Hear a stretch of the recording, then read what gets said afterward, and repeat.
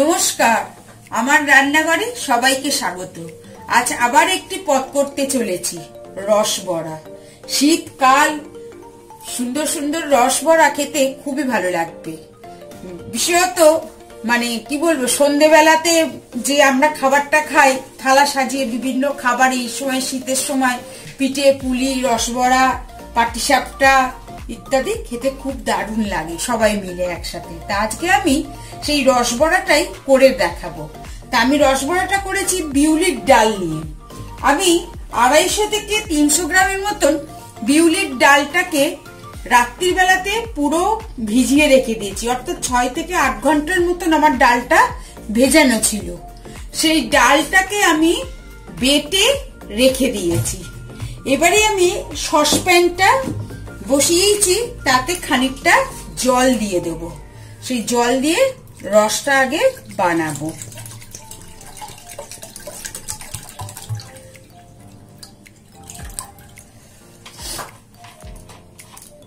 গ্যাসটা জ্বালিয়ে দিলাম।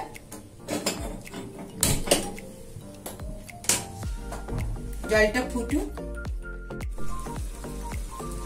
জলটা আমার ফুটতে শুরু করে দিয়েছে। আমি তাতে 200 গ্রাম চিনি আর 250 থেকে 300 গ্রামের মতন নতুন গুড় দিয়ে দিলাম রস হবার জন্য। এটা রস হতে থাকুক, আমি ততক্ষণ ডালটাকে একটু ফাটিয়ে নিই। ডালটাতে আমি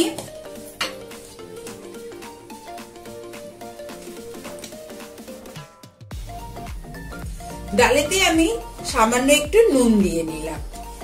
নিয়ে এবার ডালটাকে আমি ফাটাবো।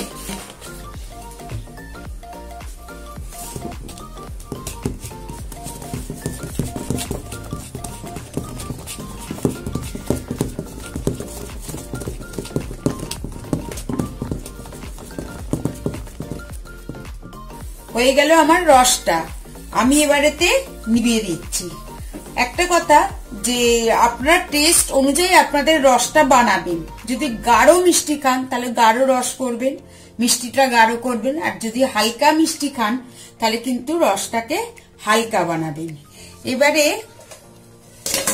রসটাকে আমি ছেঁকে নেব, তাই জন্যে সসপ্যান দিয়ে নেটেতে ছেঁকে নিচ্ছি।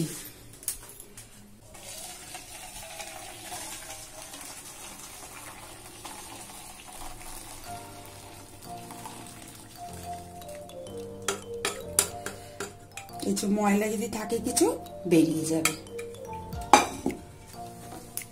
ডালটা আমি ফাটিয়ে রেখে দিয়েছি। আমি আরেকটু আপনাদের সামনে ফেটিয়ে নিচ্ছি, নিয়ে একটা জিনিস দেখাবো।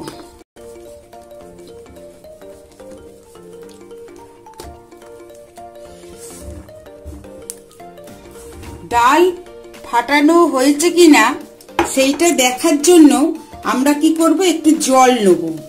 জলের মধ্যে এই ডাল বাটা একটু ফেলে দেবো।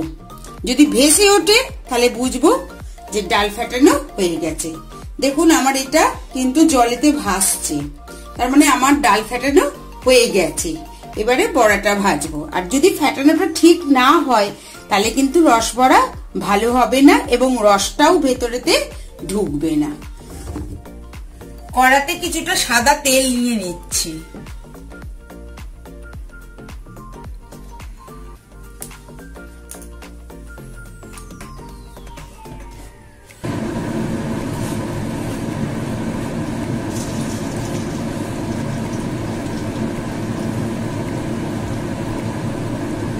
বড়া ভাজা শুরু করেছি।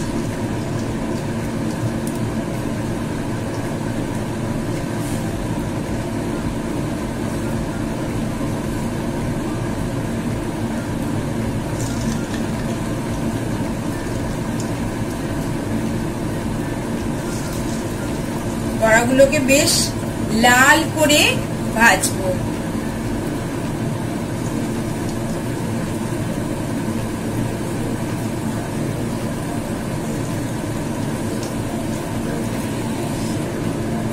বড়াগুলো লাল লাল করে ভাজা হয়ে গেছে। এবারে আমি তুলে নিচ্ছি। আমি বড়াটা ভেজে নেটের ওপর ফেলছি, তার কারণ যদি কিছু তেল উঠে যায় তাহলে সেই তেলটা আমার ছিটে যাবে তলাতে। এবারে এইগুলোকে আমি রসের মধ্যে দিয়ে দেব। এইরকম করেই আমি বড়াগুলোকে আগে ভাজতে থাকবো।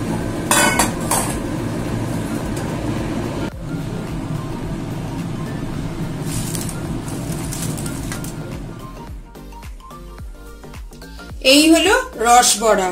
আশা করি আপনাদের এই ভিডিওটি রান্নার ভালো লাগবে।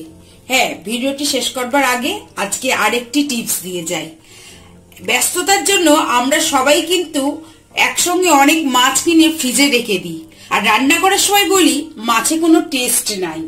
তা আমি বলি কি, মাছটা যখন ধুয়ে জলটা ঝরিয়ে মাছের মধ্যে নুন, হলুদ আর একটু ভিনিগার মাখিয়ে একটা টাইট কৌটোর মধ্যে যদি রেখে দেন, তাহলে দেখবেন যে মাছ পরবর্তীকালে যখন রান্না করবেন তখন মাছের সেই টেস্টটা হারিয়ে যাবে না। আশা করি আপনাদের এই টিপসটি ভালো লাগবে। আপনারা আমার চ্যানেলটিকে সাবস্ক্রাইব করুন, লাইক করুন আর বন্ধুদেরকে শেয়ার করুন। আজকে এখানেই রাখছি।